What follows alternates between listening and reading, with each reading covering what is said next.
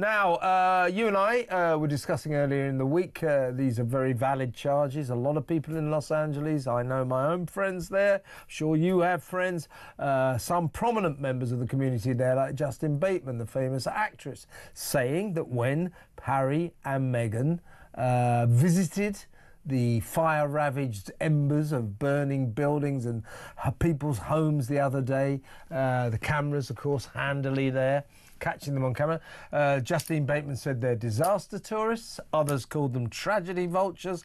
Others called them grief grifters. They're cashing in for their own publicity purposes. That was the allegation. Now, you know, I don't know if they took that on board. They said they were offended. They told their favourite gossip column, page 6 in the New York Post, that they were very offended by what Justin Bateman said. Well, let me tell you, it wasn't just her. Loads of people are thinking that, particularly in poor Los Angeles right now. Anyway, old Meghan hasn't got the memo. She went back. She went back today, or was it yesterday? You know, this time theatrically clutching bags full of supplies for the victims, hugging them and all that. I mean, when is she going to realise that this is tawdry? It doesn't look good. It looks like she's trying to get publicity for herself, to look like an angel who's helping the victims. When is she going to get that through her thick head? Yeah, TMZ has been notoriously generous to Harry and Meghan when it comes to their coverage of them, to the point where I believe that they have gotten scoops directly from the Sussexes team in the past to thank them for some of that favorable coverage. And on their television show, TMZ's show, which is really fun because it's Harvey Levin, who's an attorney. He's at the, he's the head of the newsroom, and all of his reporters are shouting things out at him. And in their episode recently, they were talking about Harry and Meghan's trip to Pasadena, and there was only one person in the newsroom that believed that there was an ounce of sincerity there. Even Harvey Levin said, if I'm not allowed to go to see if my home still exists, and I see that Harry and Meghan are able to take a private tour with the mayor, I'm absolutely furious. I even saw a story today, which I know would crush you as much as it crushed me, about a man that couldn't get in to save his 3 dogs. He had to call a reporter who was on the scene. The reporter broke into his home and saved his dogs for him. That is how hard it is to access your own homes right now, your own land, and Harry and Meghan are just traipsing around in the ashes. Yes, it's absolutely ludicrous that she's still showing up and conveniently being caught on camera. You know as well as I do that if you have a relationship with Meghan Markle, you don't jeopardize it by posting something online that you haven't explicitly received her permission to post. And we found out that Meghan was at this charity event on Monday through a social media post by that charity, where Meghan was featured up close, hugging an individual and dropping off items. Clearly, she gave someone permission to post that. Where is the authenticity there? Where is the sincerity there when you are making sure that everybody's there to catch your good deed? Yeah, and you and I discussed this the other day, but it's worth mentioning again. Look, this is the city of the stars. The biggest stars in the world live there, superstars. I don't know, Tom Hanks, Tom Cruise, Nicole Kidman, you name them.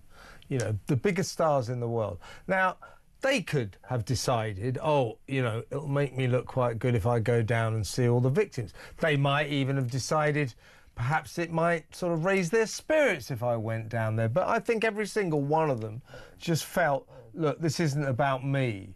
That would seem inappropriate. This is not the time for celebrities to be photographed amid the wreckage. She doesn't seem to get this, nor does Harry.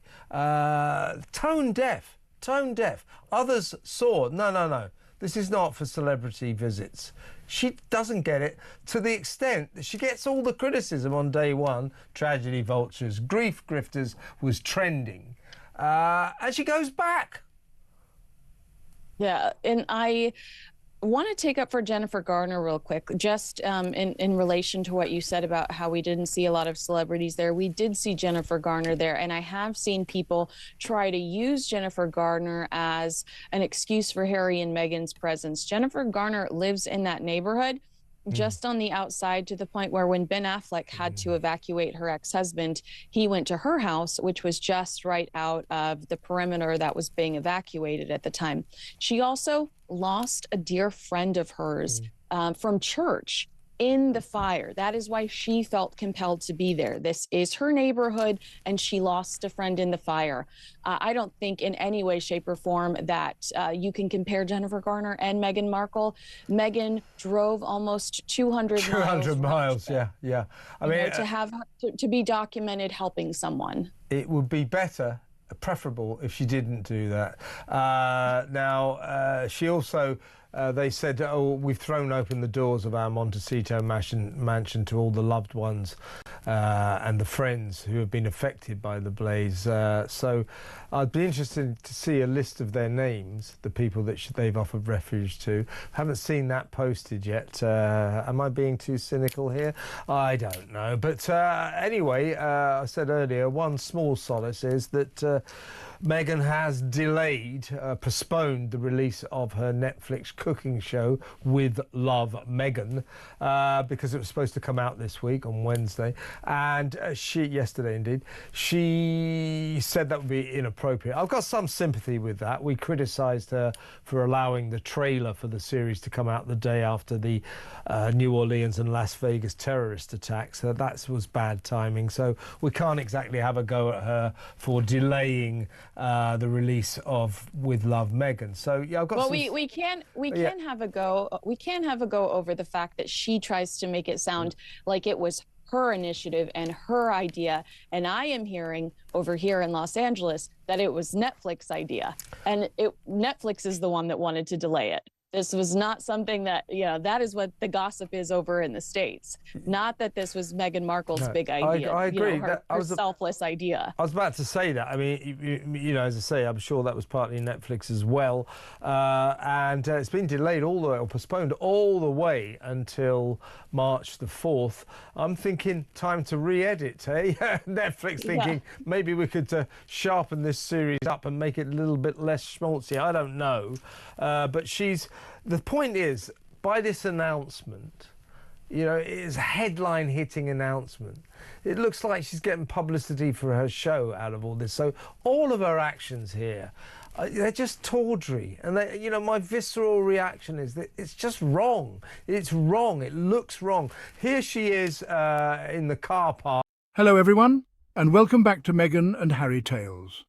Today, we're dissecting yet another outrageous smear campaign against the Duke and Duchess of Sussex. This time, Kevin O'Sullivan and Kinsey Schofield have decided to label Meghan and Harry as grief grifters for their heartfelt visit to fire-ravaged Los Angeles. Yes, really, we're going to unpack their baseless claims and expose the glaring hypocrisy behind them. Let's dive in. Kevin O'Sullivan and Kinsey Schofield have launched a scathing attack on Prince Harry and Meghan, Duchess of Sussex. The commentators did not hold back in their criticism, using harsh words to describe the couple's recent actions. They accuse the couple of hypocrisy, pointing out what they see as inconsistencies in their public statements and actions.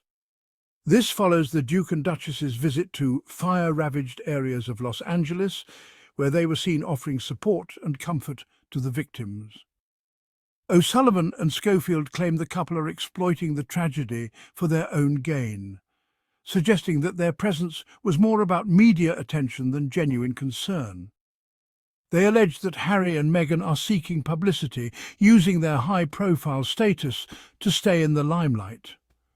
These accusations are not only unfounded, but deeply unfair. Critics argue that such claims ignore the positive impact the couple has had on the communities they visit. They reflect a disturbing trend of negativity directed at the couple, a trend that seems to be fueled by a relentless media cycle and public scrutiny. This ongoing criticism raises questions about the fairness and motivations behind such harsh judgments. The wildfires that swept through Los Angeles left a trail of devastation. Homes were destroyed, entire neighbourhoods reduced to ashes, and the landscape forever altered. Lives were turned upside down. Families lost everything they had, their memories, their possessions, and their sense of security. The community was in deep distress, grappling with the enormity of the loss. In the face of this tragedy, Harry and Meghan did what any compassionate person would do. They stepped up to help, showing that in times of crisis, humanity shines brightest. They went to the affected areas, walking through the charred remains of homes and communities, witnessing the devastation firsthand. They met with first responders, the brave men and women who risked their lives to save others. They listened to their stories, understanding the challenges they faced. They offered comfort and support to displaced families, providing not just material aid but emotional solace as well. Their presence brought a glimmer of hope to those who had lost so much. Their actions were not about publicity. They were driven by genuine compassion and a desire to make a difference. They were about standing in solidarity with the community in pain, showing that even in the darkest times there is light and hope when we come together. To accuse Harry and Meghan of exploiting this tragedy for personal gain is not only insensitive, but demonstrably false. Their commitment to service and philanthropy is well documented. From their work with the Invictus Games to their support for mental health initiatives, they have consistently used their platform to make a positive difference. Their visit to the fire-affected areas is a continuation of this commitment, not a deviation from it. Section 4. Judging compassion, a dangerous game. The criticism of Meghan's theatrical gestures is particularly troubling. It reflects a cynical attempt to diminish the sincerity of her actions. To suggest that expressions of empathy are inherently insincere is not only unfair, but also deeply cynical. It undermines the very essence of compassion and discourages acts of kindness. We should be celebrating those who show empathy and offer support, not tearing them down. Section 5. A different standard, a double standard. The scrutiny faced by Harry and Meghan stands in stark contrast to the treatment of other celebrities who engage in similar acts of charity. Despite their genuine efforts to make a positive impact, they are often met with skepticism and criticism. When George Clooney visits disaster zones, his actions are celebrated and he is praised for his dedication to humanitarian causes. Similarly, when Angelina Jolie advocates for refugees, she is lauded for her compassion and commitment to making a difference in the world. Why then are Harry and Meghan subjected to such harsh criticism? Their charitable endeavours are often overshadowed by negative media coverage and public scrutiny. The answer lies in the double standard that often applies to this couple. While other celebrities are praised for their philanthropic efforts, Harry and Meghan's actions are dissected and judged through a lens of negativity. Their every action is scrutinized and their intentions are frequently questioned, regardless of the positive outcomes they achieve. This relentless criticism creates an environment where their contributions are undervalued and their motives are doubted. This is not only unfair, but also deeply damaging. It perpetuates a culture of negativity and discourages others from engaging in charitable acts. By holding Harry and Meghan to a different standard, we undermine the very essence of philanthropy and compassion. If you're tired of the constant attacks and want to support a narrative that uplifts, hit that like button, subscribe to Meghan and Harry Tales, and share this episode. Let's focus on compassion, action, and the good that Meghan and Harry bring to the world. Thank you for tuning in, and until next time, take care and remember, doing good is never a crime, and the Sussexes are proving that every day.